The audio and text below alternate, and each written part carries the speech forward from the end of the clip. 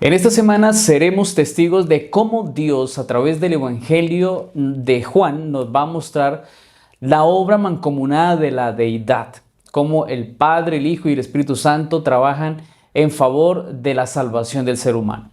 Soy el pastor José Reño y quiero animarte e invitarte para que juntos podamos estudiar la lección número 11 que lleva como título El Padre, el Hijo y el Espíritu Santo.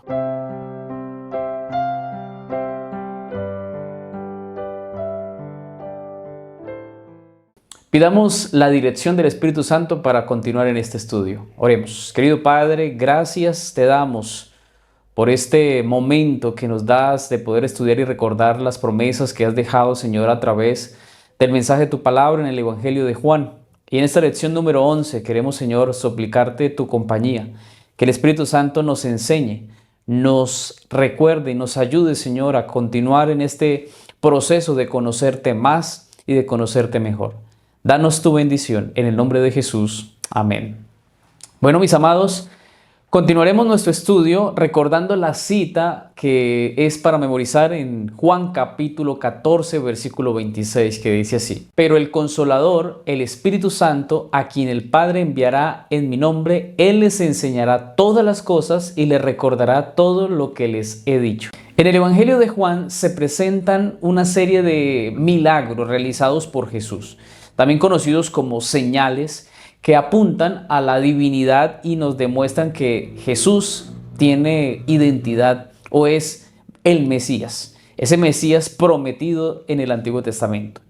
Estos milagros no solo muestran el poder de Jesús sobre la naturaleza y sobre las enfermedades, sino que también revelan la autoridad sobre el pecado y la muerte. Porque Jesús no solamente vino a demostrar o a ser capaz de hacer milagros, sino que también vino a vencer la maldición que el ser humano tiene, que es el pecado.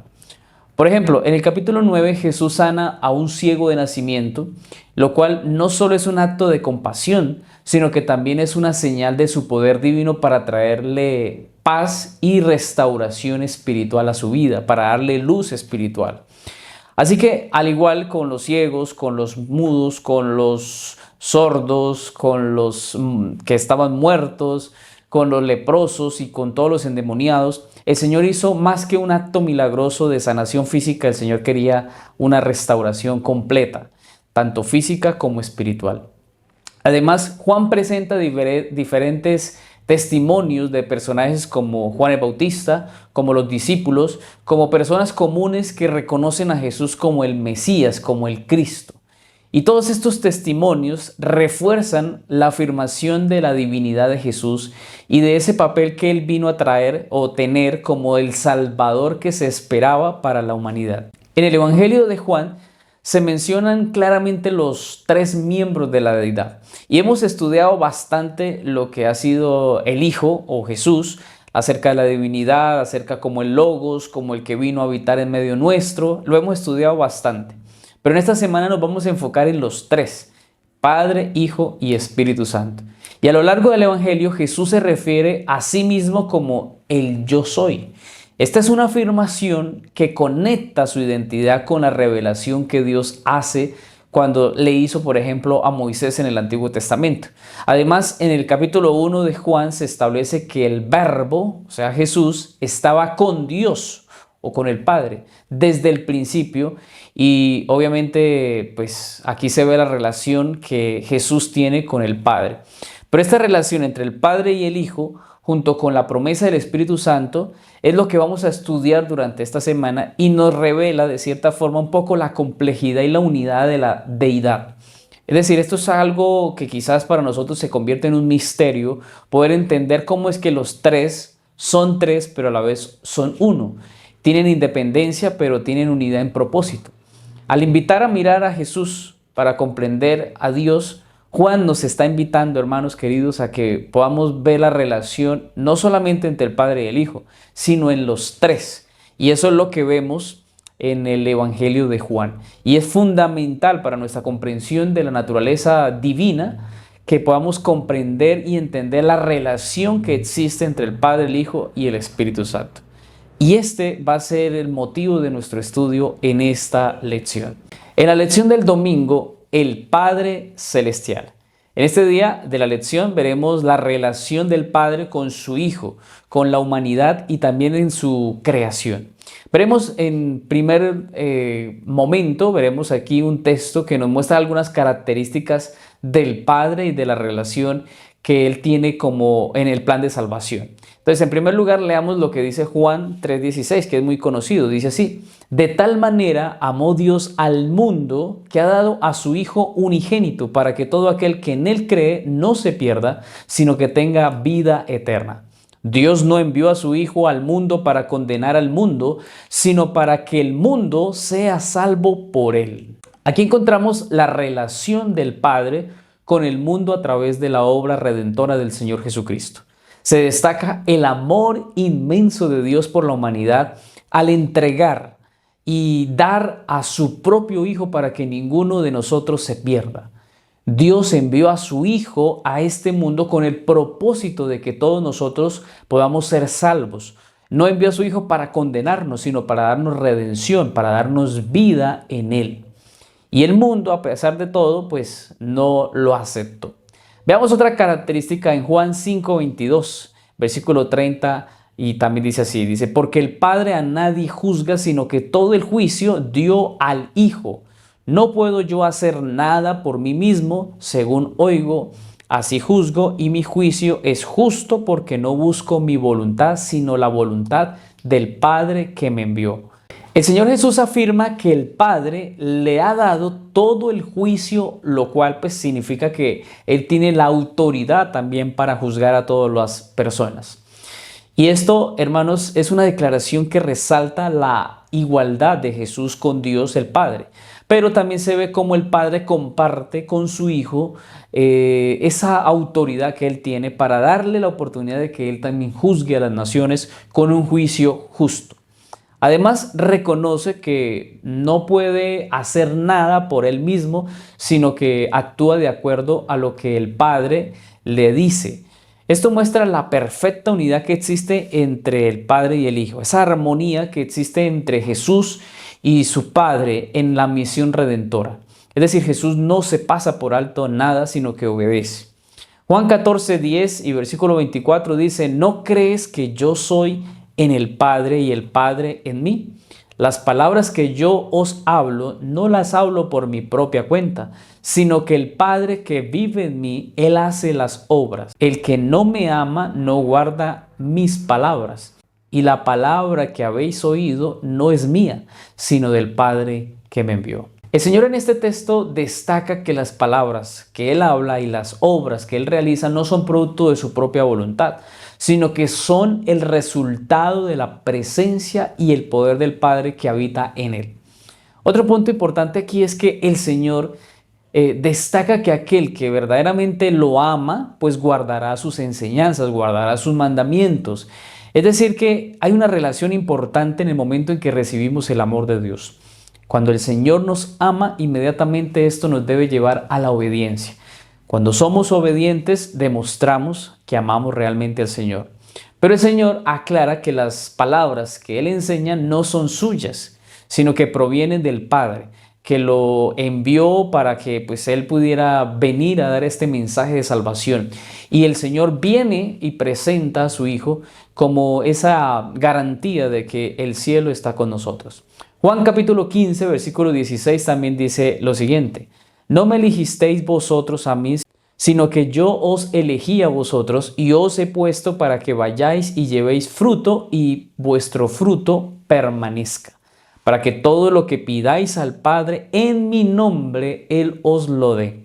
Juan 16:23 dice: en aquel día no me preguntaréis nada, de cierto os digo que todo cuanto pidáis al Padre en mi nombre, os lo dará. Jesús está aquí hablando a sus discípulos acerca de la elección divina y el propósito que Él tiene para cada uno de ellos. En este versículo Jesús les dice a sus discípulos que no fueron ellos quienes lo eligieron a Él. No fue que los discípulos escogieran al Señor Jesús, fue al revés. El Señor los eligió. Ahora, si tú miras, o tú podrías decir: pastor, pero el Señor Jesús se equivocó, porque ¿cómo es que eligió a esos discípulos que lo traicionaron, que lo negaron, que lo vendieron, que, mejor dicho, que hicieron todo tipo de cosas contra él, que fueron necios, rebeldes, orgullosos. ¿Y cómo es que el Señor los eligió sabiendo quiénes eran ellos? Bueno, en eso consiste el gran amor del Señor, que el Señor busca transformarnos. El apóstol Pablo dice que el Señor escogió lo vil del mundo y Dios ha escogido todo lo malo de nosotros para hacernos santos, para llamarnos al camino de la redención, para llamarnos al camino de la obediencia, para el camino de la perfección, para limpiarnos de todas asperezas, para limpiarnos de todo pecado y llevarnos a un camino de santidad y perfección. El Señor quiere que cada día mejoremos. El Señor quiere que cada día sigamos su ejemplo, porque Dios es santo, Dios es perfecto y todos los que le seguimos debemos seguir esa senda de la obediencia.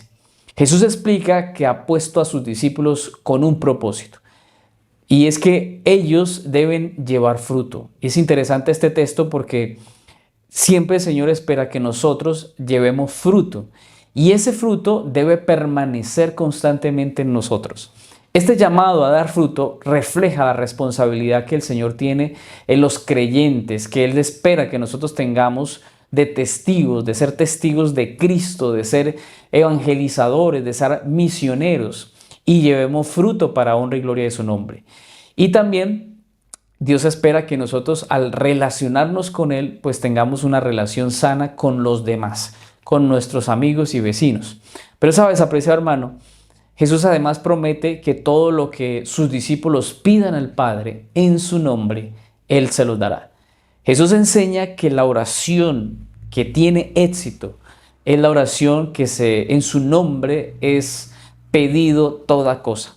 Es decir, que delante del Padre nosotros al finalizar nuestra oración debemos siempre decir en el nombre de Jesús.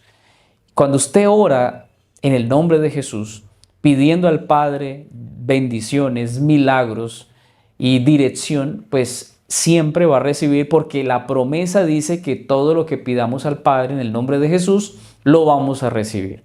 Así que, en pocas palabras, los discípulos quieren tener éxito, pero es necesario que para que mantengan la sintonía, para que mantengan la armonía con el Padre, con el cielo, debían estar orando al Padre que les diera el éxito y les diera respuesta cuando ellos lo necesitaran. Por eso es importante que pidamos al Padre en el nombre de Jesús. Si lo notamos, se ve como el Padre y el Hijo están unidos, como aquí ellos comparten.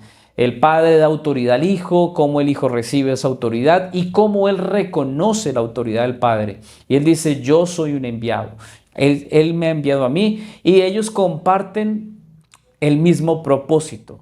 Entre ellos se avalan y se confirman como Dios. Eso es muy bonito porque se deja ver cómo el Señor o el Padre da autoridad a su Hijo, pero su Hijo también responde a eso. En la lección del lunes, Jesús y el Padre. En este día de la lección veremos la necesidad de que el Señor Jesús viniera a este mundo a dar solución al pecado y cómo se muestra la relación que existe entre lo que el Señor, el Padre, hace con lo que Jesús obedece. Veamos en primera instancia lo que nos dice Génesis capítulo 3, versículos 7 al 9. Entonces fueron abiertos los ojos de ambos y se dieron cuenta de que estaban desnudos. Cosieron pues hojas de higuera y se hicieron delantales. Luego oyeron la voz de Jehová Dios que se paseaba por el huerto al aire del día y el hombre y su mujer se escondieron de la presencia de Jehová Dios entre los árboles. Pero Jehová Dios llamó al hombre y le preguntó, ¿dónde estás? Adán y Eva pecaron al desobedecer al mandato de Dios de no comer del fruto del árbol de lo que Dios había dicho que no comieran. Como consecuencia de esto, como consecuencia de su pecado, sus ojos fueron abiertos. Y no era que los tuvieran cerrados o no era que ellos estuvieran ciegos. Era que espiritualmente habían muerto y se habían dado cuenta de su desnudez. Lo cual los llevó a darse cuenta a la vez de que pues, se sintieron con vergüenza al darse cuenta cómo estaban sus cuerpos.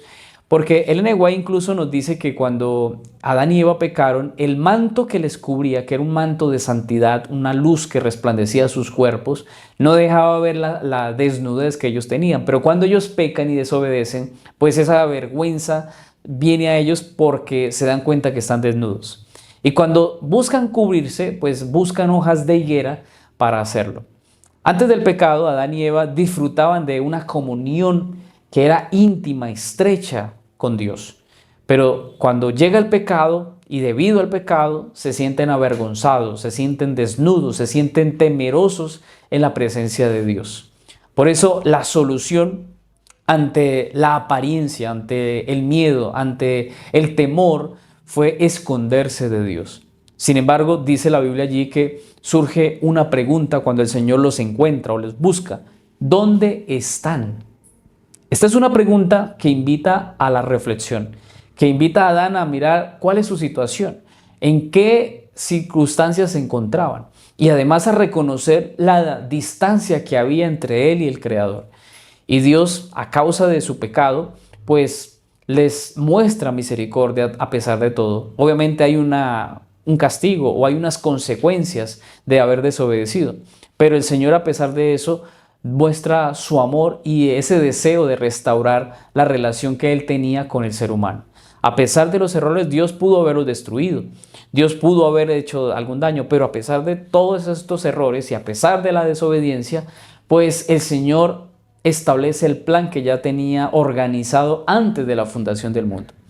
Para dar respuesta al problema, se da la encarnación de Jesucristo. Se promete la simiente, se promete al Mesías, que es el plan divino para restaurar la relación entre Dios y la humanidad. Es decir, para poder conectarnos una vez más entre Dios y el ser humano, Dios ha tenido que enviar a su Hijo, hacerlo hombre, para que siendo hombre nos hable y nos diga la importancia de conectarnos una vez más con el Señor. Restablecer ese pacto y restablecer esa comunicación y esa comunión que debemos tener con Él. Por eso cuando pensamos en el Génesis, también podemos pasar al libro de Juan 1:1, cuando dice que en el principio era el verbo estaba con Dios y el verbo era Dios.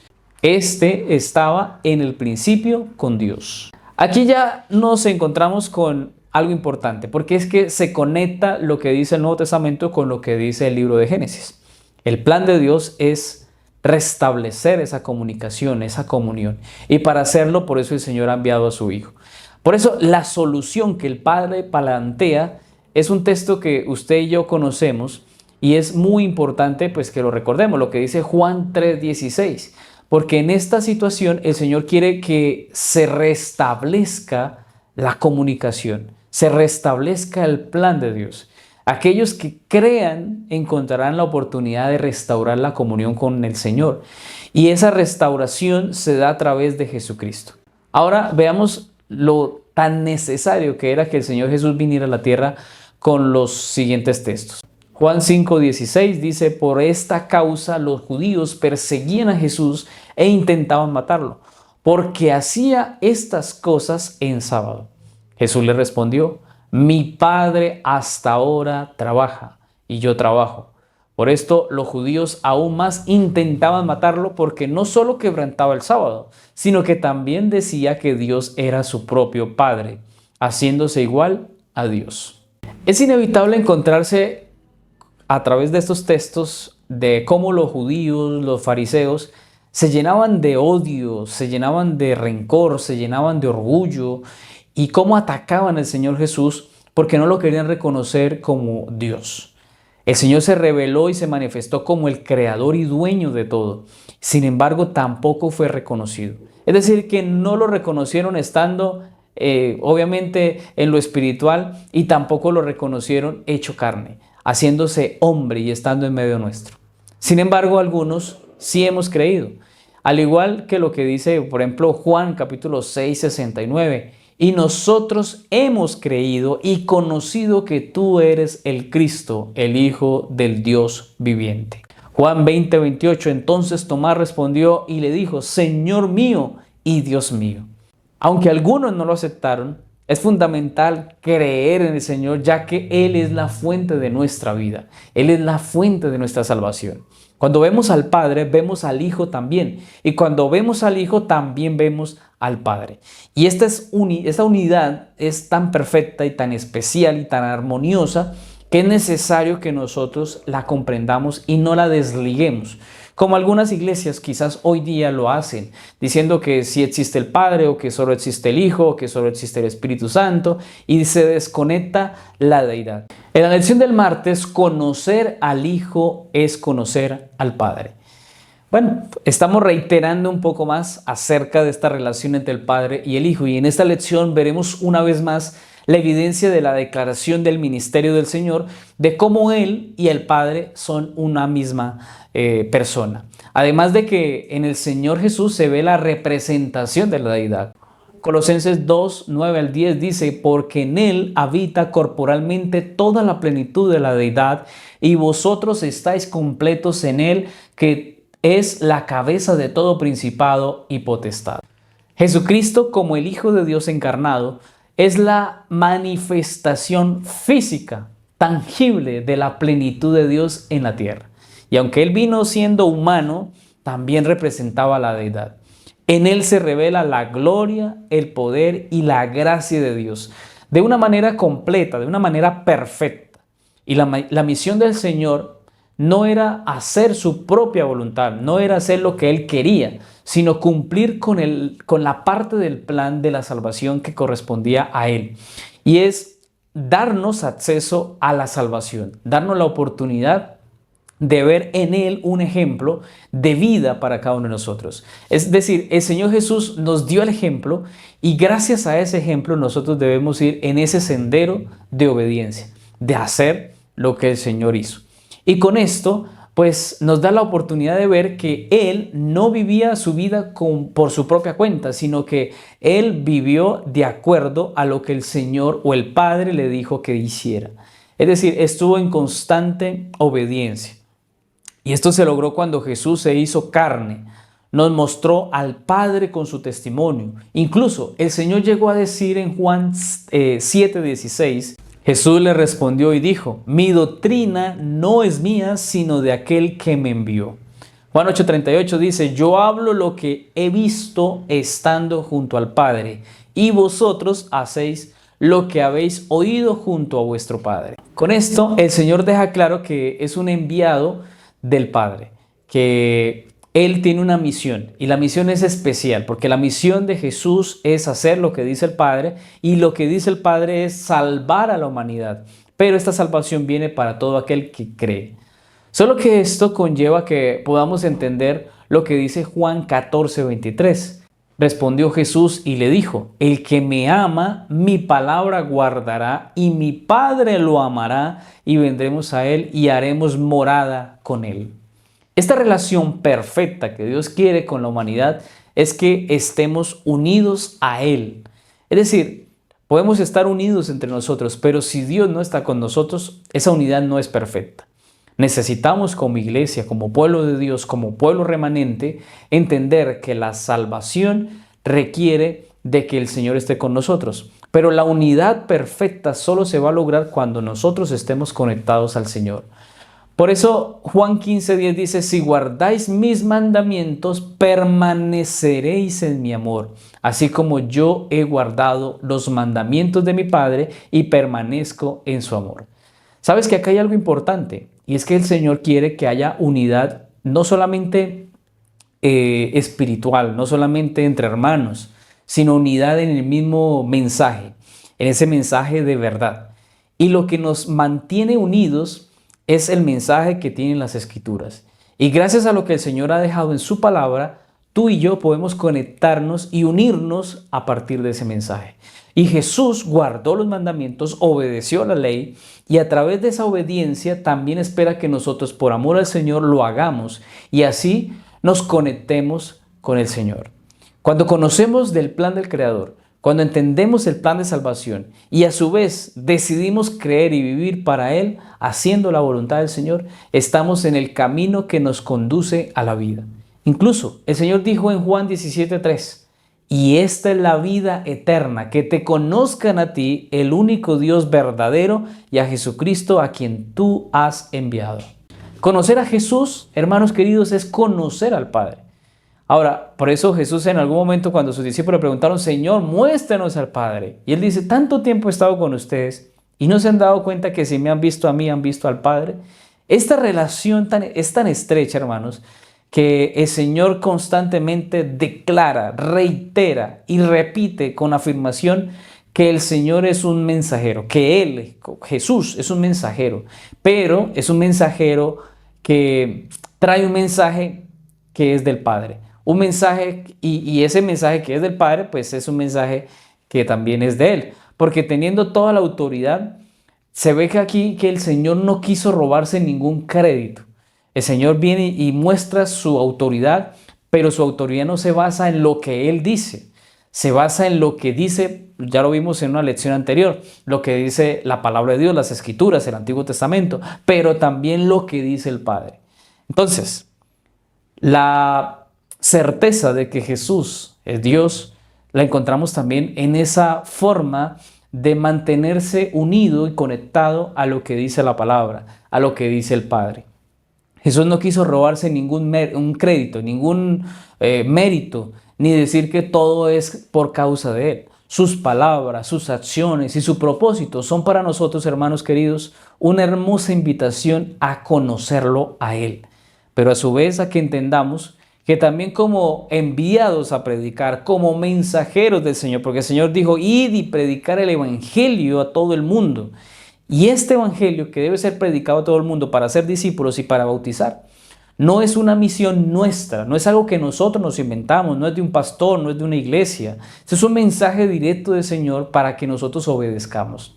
Y somos enviados. Y como enviados y mensajeros necesitamos entender que debemos reconocer al Señor, que los méritos y el reconocimiento, la honra, la gloria y todo lo que se pueda producir es gracias al que nos envió. Y Cristo es el que nos envió, el Padre es el que nos envió. Hemos sido comisionados para dar este mensaje de salvación, pero a su vez, cuando veamos los frutos, cuando veamos grandes logros y objetivos cumplidos, es ahí donde tú y yo tenemos que reconocer que no somos nosotros, que es el Padre el que nos envió, así como Jesús lo declaró. Palabras de vida del Gran Maestro nos dice lo siguiente: la palabra de Dios recibida en el alma se manifestará en buenas obras. Sus resultados se verán en una vida y un carácter semejantes a los de Cristo. Jesús dijo de sí mismo: el hacer tu voluntad, Dios mío, me ha agradado y tu ley está en medio de mis entrañas. No busco mi voluntad, mas la voluntad del que me envió, del Padre. Y la Escritura dice: el que dice que está en Él debe andar como Él anduvo. Así como todo lo que el Señor Jesús hizo en la tierra, demostró y reveló al Padre con todas sus acciones, sus palabras, sus posturas, su forma de ser. Así como cristianos también nosotros debemos hacer lo mismo. Que nuestras palabras, nuestra forma de actuar, nuestra forma de vestir, hasta nuestra forma de comer y relacionarnos con las personas deben demostrar que somos enviados por el Padre. Apreciado amigo, este es el mensaje que el Señor tiene para ti. Que así como Jesús reconoce al Padre y tiene conexión con el Padre, da oportunidad de mostrar que Él no tiene un mensaje propio, sino que es del Padre. Asimismo nosotros también debemos reconocer que ante cualquier don, cualquier talento, cualquier buena cosa que tengamos, reconozcamos que todo es gracias al Padre, que todo nos ha sido dado para bendición propio, pero también para bendecir a otros. En la lección del miércoles, el Espíritu Santo. Bueno, ya vamos a cambiar un poco aquí porque hemos hablado mucho que el Padre, que el Hijo, que el testimonio, que la divinidad de Cristo, que las Escrituras revelan acerca de Jesús, pero ahora nos vamos a concentrar en algo muy importante y es conocer un poco acerca del Espíritu Santo y de cómo existe una relación íntima entre el Padre y el Hijo, pero también entre el Espíritu Santo y cómo se da lugar al Espíritu Santo.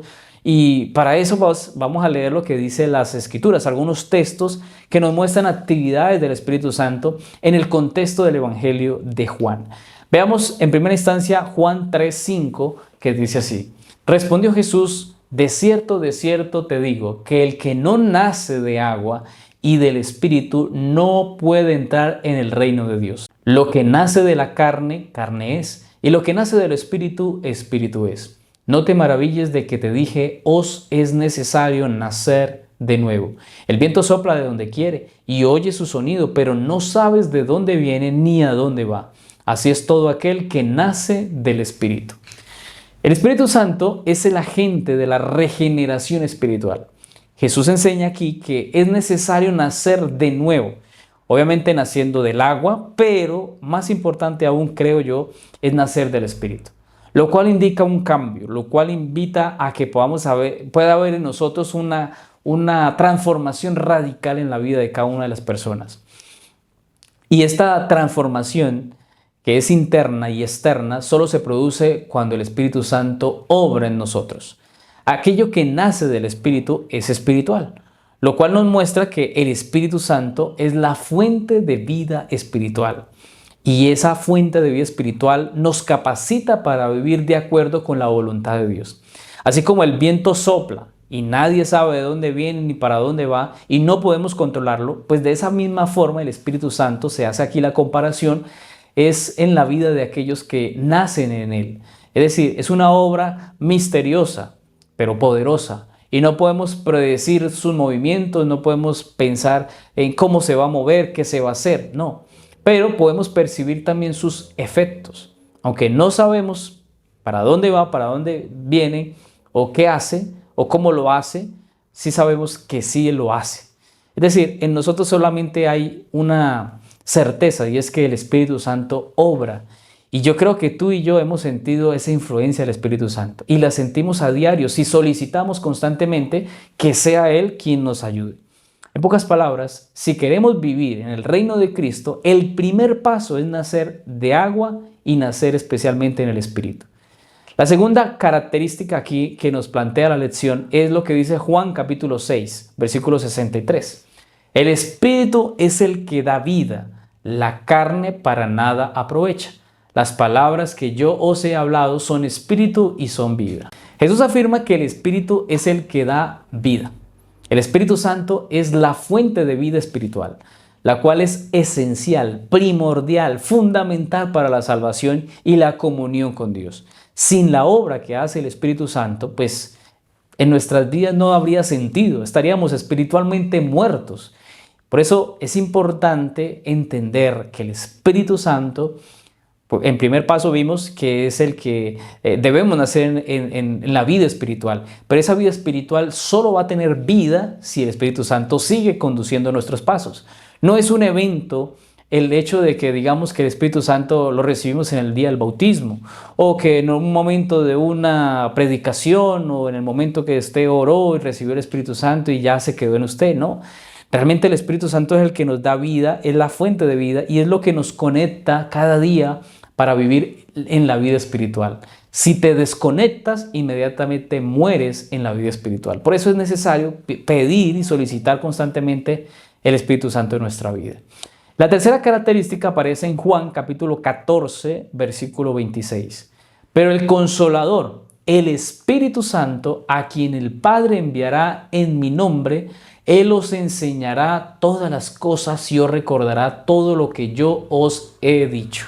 Yo puedo encontrar en este texto tres cosas importantes. Primero, se revela el Espíritu Santo como nuestro consolador, aquel que nos consuela, que nos ayuda, que nos conforta, que nos ayuda, que nos fortalece. Él es el que nos da alivio, nos da fortaleza.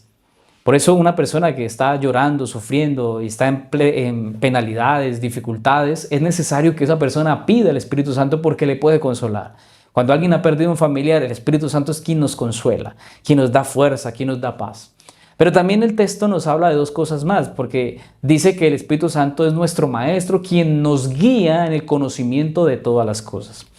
Pero además es importante ver que aquí dice el texto que nos enseña, pero que también nos recuerda. Y para el que haya crecimiento espiritual en nuestra vida es necesario ser capacitados por la palabra de Dios. Por eso cuando abrimos la palabra de Dios o cuando hacemos estos estudios es necesario pedir la dirección del Espíritu Santo porque el texto dice, Él nos enseña para comprender toda verdad. Él es el que nos recuerda lo que necesitamos recordar de Cristo Jesús. Las Escrituras necesitan ser entendidas con el mensaje que vemos aquí y es que nosotros entendamos que el Espíritu Santo es quien nos ayuda.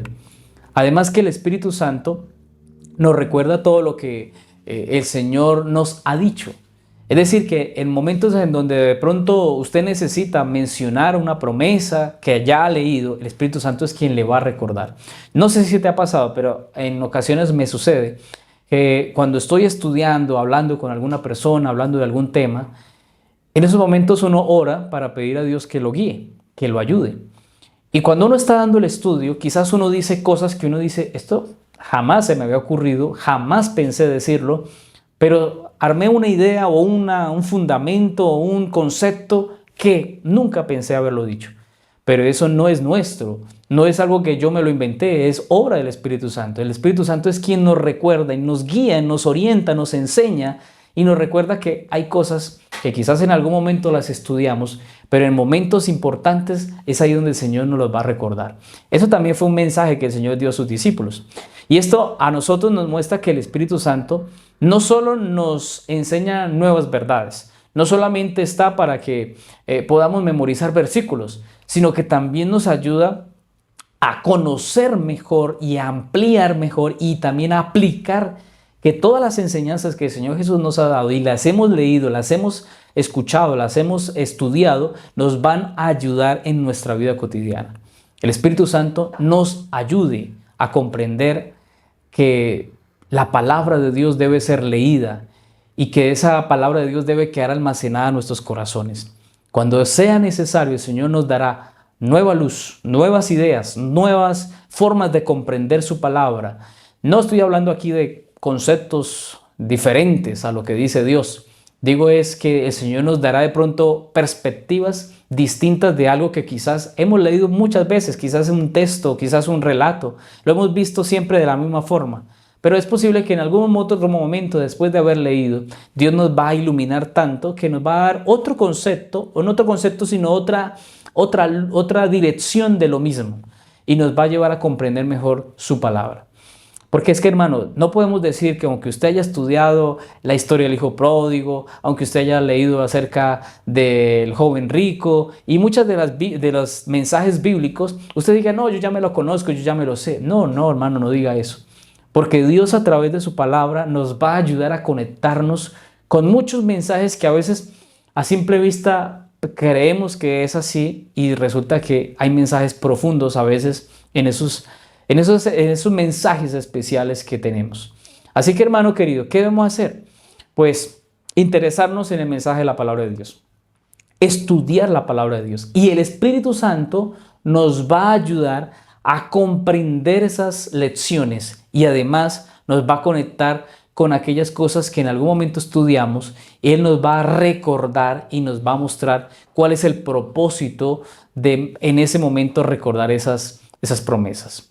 En esencia, lo que nos dice el texto es que el Señor nos recordará, nos enseñará, es nuestro consolador y es el que nos va a ayudar en los momentos en que más lo vamos a necesitar. También aparece otra cita. Esa cita aparece en Juan 15:26, que dice: pero cuando venga el Consolador, a quien yo os enviaré del Padre, el Espíritu de verdad, el cual procede del Padre, Él dará testimonio acerca de mí. Aquí en este punto Jesús afirma que obviamente enviará al Consolador, el Espíritu Santo, pero describe al Espíritu Santo como el Espíritu de verdad. Mira, en este momento hay espíritus engañadores. Satanás está buscando que la gente, que las iglesias estén detrás de cosas que no son verdad, que es mentira, que es error, que es apariencia de verdad, que es engaño. Pero esta característica de que el Espíritu Santo es el Espíritu de verdad muestra la naturaleza del Espíritu Santo, porque Él es verdad en todo. Él es la verdad que Dios ha enviado para que nosotros haya esa oportunidad de recibir de parte del Espíritu Santo orientación y podamos ser guiados en el camino, en ese camino de la justicia, en ese camino de la obediencia, para no entrar en el camino del error. Ese Espíritu de verdad dará testimonio acerca de lo que es el Señor Jesús. Eso es lo que dice el texto. ¿Esto qué significa? Pues que el Espíritu Santo revela la persona del Señor, revela la obra del Señor y el significado de Jesucristo a todos los creyentes. Esto además nos fortalece, nos muestra que Cristo no solamente revelado a través de las Escrituras, no solamente revelado a través del Padre, sino que también el Espíritu Santo hablará de Él. Y hay algo importante aquí, apreciado hermano. Nosotros debemos entender que el mensaje de las Escrituras es un mensaje completo, no es por partes. Y si tú miras, Jesús avaló al Padre, complementó su ministerio con el Padre, pero también Él se apoyó en el siguiente mensajero. Y el siguiente mensajero a la tierra, o el otro igual a Él, el otro Paracletos, otro igual a Cristo, pues que es el Espíritu Santo, vendría. Y Él da testimonio del Espíritu Santo, pero el Espíritu Santo también da testimonio de Jesús. Mira cómo se complementa el Padre con el Hijo con el Padre con el Espíritu, que es el Espíritu de verdad. El Espíritu declara a Jesús, da testimonio de Jesús, y cómo ellos en conjunto trabajan en pro de nosotros. Ahora, la quinta característica que vemos aquí en este texto de lo que nos enseña la lección en este día, Juan 16, 7 al 11 dice: pero yo os digo la verdad, os conviene que yo me vaya, porque si no me voy, el Consolador no vendrá a vosotros. Pero si me voy, os lo enviaré. Y cuando Él venga, convencerá al mundo de pecado, de justicia y de juicio. De pecado por cuanto no creen en mí. De justicia por cuanto voy al Padre y no me veréis más. Y de juicio por cuanto el príncipe de este mundo ha sido ya juzgado. Qué interesante este texto, porque Jesús explica a sus discípulos que es necesario que Él debe irse, que Él se vaya para que el Consolador venga y pueda hacer su labor. Y aquí obviamente el Consolador se refiere al Espíritu Santo. Vemos por lo menos que se cumplen 5 aspectos importantes. Primero, debemos nacer en agua y en el Espíritu. Eso lo vimos en el primer texto. También aprendemos que otra característica del Espíritu Santo es que el Espíritu tiene la potestad de dar vida. En tercer lugar, vimos cómo el Espíritu nos enseña y nos recuerda todo lo que está escrito en la palabra de Dios. Es nuestro Consolador y es el que nos enseña y nos recuerda. En cuarto lugar, es uno igual al Señor. Y ese testimonio que el Señor da o que el Espíritu Santo da acerca de Jesús. Por eso también vemos en quinto lugar que nos recuerda que el trabajo del Espíritu Santo es convencer al mundo de pecado, de justicia y de juicio. En la lección del jueves, la oración de Jesús. En este día de la lección veremos una de las oraciones que el Señor Jesús pues pudo hacer, pero que quedó registrada. Y esto nos ayuda a recordar detalles muy especiales. Y vamos a revisar algunos apuntes. Y este estudio está basado en Juan capítulo 17. Lo vamos a dividir en 3 partes. La primera parte aparece en Juan 17, 1, 3, versículos 6 al 8. Dice así: estas cosas habló Jesús y levantando los ojos al cielo dijo: Padre, la hora ha llegado. Glorifica a tu Hijo para que también tu Hijo te glorifique a ti. Y esta es la vida eterna, que te conozcan a ti, el único Dios verdadero, y a Jesucristo a quien tú has enviado. He manifestado tu nombre a los hombres que del mundo me diste. Tuyos eran y me los diste, y han guardado tu palabra. Ahora han conocido que todas las cosas que me has dado proceden de ti. Porque las palabras que me diste les he dado, y ellos las recibieron y han conocido verdaderamente que salí de ti, y han creído que tú me enviaste. Existen 3 ejes temáticos en el capítulo 17 de Juan. El primero es que nos habla de la unidad, nos habla del amor y nos habla de la verdad. Y en esta primera parte de este capítulo se ve que el Señor Jesús reconoce que ha llegado el momento de su glorificación, donde tanto el Padre como el Hijo iban a ser glorificados, el Hijo iba a ser glorificado. Y esto, hermanos, sucede en el contexto de la oración. Y esto es un llamado para nosotros, porque todo momento importante, toda circunstancia importante requiere de nosotros como cristianos que sigamos el ejemplo de Jesús. Jesús oró y para nosotros ese ejemplo debe también darse. Todo lo que tú quieras debes pedir a Dios en oración. Cualquier decisión importante, cualquier asunto que requiera intervención de Dios, es necesario que le digamos a Dios en oración: Señor, ayúdame, guíame, muéstrame, oriéntame, dame tu poder, muéstrame tu voluntad. Cuando hacemos eso, hermanos, vamos seguros, porque no fuimos nosotros quienes elegimos, sino que fue Dios quien nos orientó, quien nos ayudó, quien nos guió para hacer lo mejor. En la oración el Señor expresa que la verdadera vida eterna se encuentra solamente en la relación personal y transformadora con Dios. Dios es el Dios verdadero. Además, aquí se reconoce que la obra que le había sido encomendado al Señor, pues Él la vino a cumplir y la cumplió. Y entonces da honor al Padre porque Él fue quien lo guió, quien lo ayudó a cumplirla. Ese Dios verdadero fue revelado. Ese Dios verdadero al mundo fue traído a través del ministerio del Señor Jesús. Y ese ministerio nos llevó a conocer muchos detalles de la vida o de lo que es el Padre. En la segunda sección de este estudio veremos ahora entonces versículos 11 en adelante. Dice así: ya no estoy en el mundo, pero estos están en el mundo. Y yo voy a ti, Padre Santo, a los que me has dado. Guárdalos en tu nombre para que sean uno, así como nosotros. Cuando estaba con ellos en el mundo, yo les guardaba en tu nombre. A los que me diste, yo los guardé, y ninguno de ellos se perdió, sino el hijo de perdición, para que la escritura se cumpliera. Pero ahora vuelvo a ti y hablo esto en el mundo para que tengan mi gozo completo en sí mismos. Yo les he dado tu palabra y el mundo los odió porque no son del mundo, como tampoco yo soy del mundo.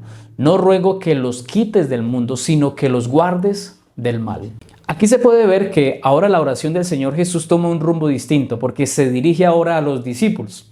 El Señor ora para que sus discípulos sean preservados, sean guardados del mal. Y para poderlo hacer, el Señor pide que sea el Padre quien los guarde en su nombre. Esto en el contexto de la unidad. Ellos debían mantenerse unidos como pueblo de Dios, pero además unidos con el Padre. Esto llama la atención que el Señor no ora para que sean trasladados al cielo. El Señor no está diciendo: como son mis discípulos, como son mis elegidos, Señor, llévalos al cielo, porque este mundo es malo. No, todo lo contrario, el Señor le dice: ellos se deben quedar. Pero mientras se queden, ellos deben saber, tú y yo debemos saber que debemos ser guardados del mal.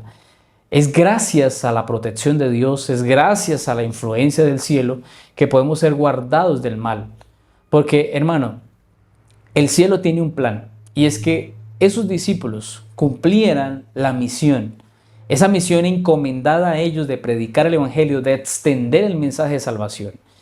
Y esos linderos de salvación, del mensaje de salvación que estaban establecidos, debían aumentarse por la labor que ellos debían hacer. Por eso el Señor no se los llevó al cielo, aunque eran sus discípulos.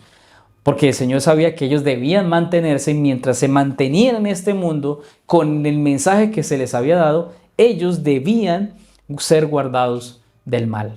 Y en tercera instancia veremos aquí Juan 17, 20 al 26. Dice así: pero no ruego solamente por esto, sino también por los que han de creer en mí por la palabra de ellos, para que todos sean uno, como tú en mí y yo en ti, que también ellos sean uno en nosotros, para que el mundo crea que tú me enviaste.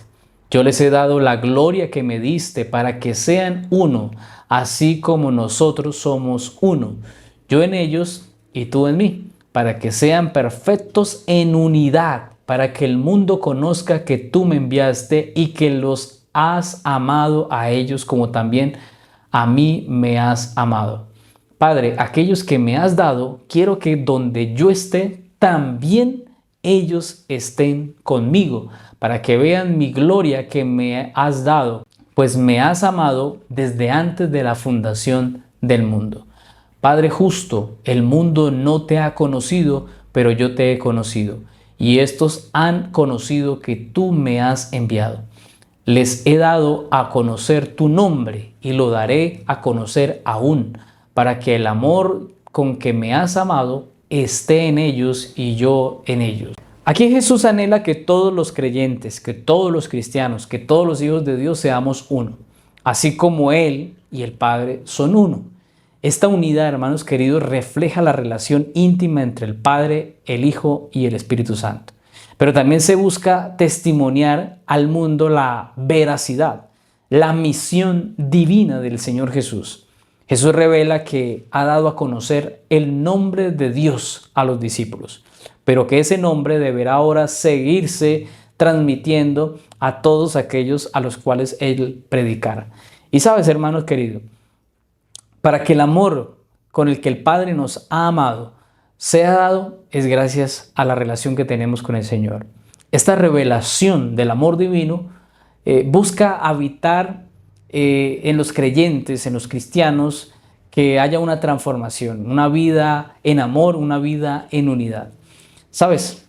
En este capítulo 17 podemos ver, en primera instancia, cómo se da la glorificación del Señor Jesús. En segunda instancia, se habla acerca de cómo Jesús ora por sus discípulos, pidiendo para ellos bendición y que el Señor los guarde de todo mal. Pero también en tercera instancia vemos cómo el Señor Jesús ora no solamente por sus discípulos, sino que ora por ti y ora por mí. ¿Para qué?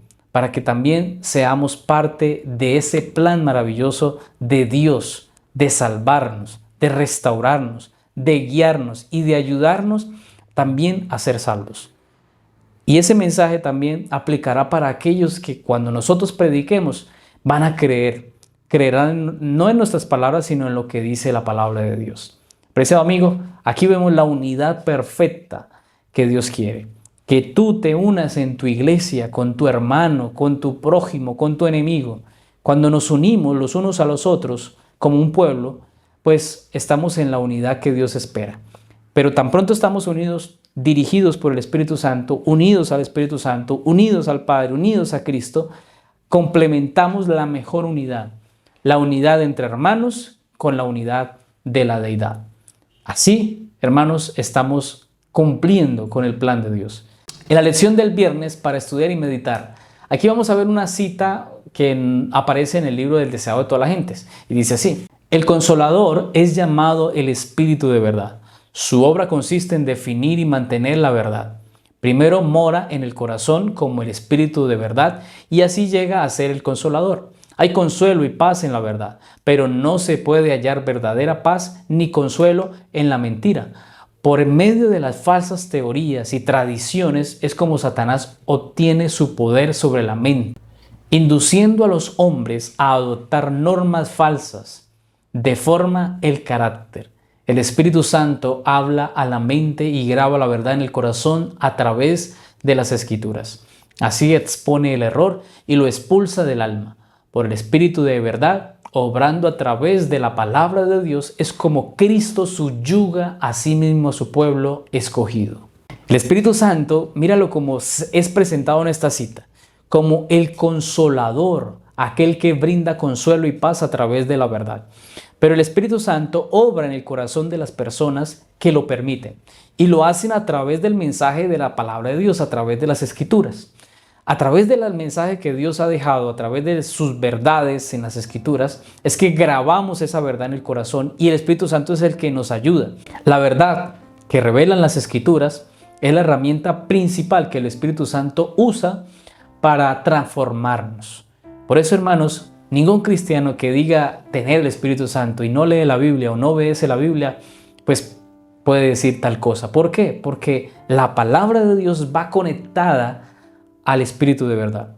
El mensaje de verdad, que es la palabra de Dios, va conectada con el Espíritu de verdad, porque fue el Espíritu quien inspiró las Sagradas Escrituras. Entonces, pensar en no leer la Biblia, pensar en adquirir una parte de la Biblia, decir que el Nuevo Testamento solamente se debe leer y el Antiguo no, ya es limitar la obra del Espíritu Santo, porque el Espíritu Santo trabaja a través del mensaje de la palabra de Dios. Así que, amado hermano, si necesitamos ser transformados, si necesitamos ser ayudados, es necesario leer las Escrituras y dejar que sea el Espíritu Santo quien nos oriente y nos ayude. La obra del Espíritu Santo también obra para conformar a los creyentes en la imagen de Cristo. Cuando el Señor nos guía a través de su Santo Espíritu, nos guía hacia la verdad, nos guía hacia la vida y nos guía hacia la abundancia que solamente Él ofrece. ¿Sabes? Las conclusiones de esta semana son las siguientes. La primera es que en esta semana vimos cómo se destaca la relación del Padre con su Hijo, cómo la humanidad y la creación se deben relacionar de manera especial. También que el Señor Jesús se muestra con ese plan maravilloso al venir a este mundo para salvarnos. El Padre envía a su Hijo para darnos salvación, no para condenarnos, sino para salvarnos y solucionar el problema del pecado y restaurarnos a la imagen del Señor. Y ese plan se evidencia cuando Jesús viene a nuestra vida, cuando Jesús nos restaura, muere por nuestros pecados, y a través de lo que el Señor Jesús hizo y nosotros podamos creer en Él, pues podemos encontrar salvación y vida eterna. También vimos cómo se resalta que conocer a Jesús es conocer al Padre, ya que Jesús revela la deidad y la voluntad de Dios a través de su vida y de su ministerio. Un punto más que aprendimos es que se destaca la obra del Espíritu Santo como el agente regenerador, como el consolador, como el que da vida, como el maestro que nos orienta y nos ayuda cada día. Además, que es el que nos enseña la verdad, nos redarguye de pecado, de justicia y de juicio, y nos muestra que es necesario que el pueblo de Dios en este tiempo esté suplicando el bautismo diario del Espíritu Santo en nuestra vida. Y también aprendimos que la oración de Jesús en Juan 17 se revela ese deseo de la unidad entre Dios y su pueblo, entre los discípulos que debían mantenerse unidos, y gracias a la oración de Jesús ellos se mantuvieron unidos, pero también como Jesús oró por ti y por mí para que reflejemos la unidad que se da entre el Padre y el Hijo. Es decir, que debemos ser uno como pueblo de Dios, pero también uno como con el Padre. Cuando cumplimos ese propósito de unirnos como iglesia y unirnos con el Padre, completamos lo que el Señor llama la unidad perfecta. ¿Sabes, apreciado hermano? La frase de esta semana es: guíame, Señor, para hacer tu voluntad. Es algo sencillo, pero creo que es necesario, hermanos, que la influencia que tiene el Padre, el Hijo y el Espíritu Santo a través del Espíritu Santo para este tiempo en el que Él está en la tierra, que está ayudándonos, que nos está convenciendo, que nos está orientando, que nos está guiando, pues le digamos al Señor: guíame, Señor, para hacer tu voluntad. Si ese es tu deseo, yo te invito a que dejes allí en los comentarios. Deja ese comentario allí en la sección, en el cuadrito de los comentarios. Deja: guíame, Señor, para hacer tu voluntad. Ese sea realmente nuestro deseo siempre. Que el Señor nos guíe, nos ayude y nos capacite. Vamos a orar para finalizar este estudio. Querido Padre, gracias te damos, Señor, por el estudio de esta semana. Gracias, Señor, porque nos has enseñado la importancia de conocer cómo el Padre, el Hijo y el Espíritu Santo han trabajado en pro de la salvación de nosotros. Hoy, Señor, aceptamos estas verdades y queremos, Señor, que nos ayudes a recordarlas, y que si algo no hemos entendido bien, que sea el Espíritu Santo que nos ilumine, nos ayude, nos fortalezca y nos enseñe para hacer tu voluntad. En este día suplicamos tu bendición y pedimos que el Espíritu Santo nos bautice y nos llene de ese poder que necesitamos para este tiempo final, para predicar este evangelio. Guárdanos en tu amor, en el nombre de Jesús. Amén. Mi apreciado hermano, que Dios te bendiga, y como siempre te digo, con Jesús todo es mejor. Que Dios te guarde.